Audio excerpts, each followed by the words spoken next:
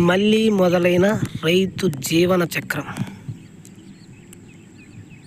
ఇంట్లో నుండి వడ్లు తెచ్చి చేలో నారుగా పోసి, తరువాత నాటు, తర్వాత వరి పైరు, తర్వాత వరి కోత, తరువాత వడ్లను ఇంటికి చేర్చే వరకు రైతు జీవన చక్రం. భలే తమాషాగా ఉంటుంది కదా. ఇంటి దగ్గర నుండి వడ్లు తేవడం, అదే వడ్లను ఇంటికి చేర్చడం, ఇదే కదా రైతు చేసే నిత్య ప్రక్రియ.